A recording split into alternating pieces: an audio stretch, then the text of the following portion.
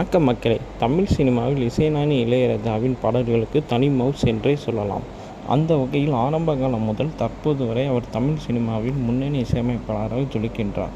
இவர் கடந்த 1976ஆம் ஆண்டு வெளியான அன்னைக்கிளி என்ற படத்தின் மூலம் தமிழ் சினிமாவில் இசையமைப்பாளராக அறிமுகமானார்.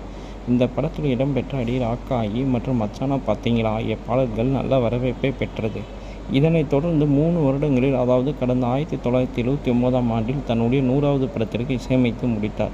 அடுத்த 6 வருடங்களில் அவர் 200வது படத்தையும் கடந்தார். ஒரு வருடத்தில் 50 படங்களுக்கு மேல் இசையமைத்து அனைவரையும் பிரமிக்கவும் வைத்தார்.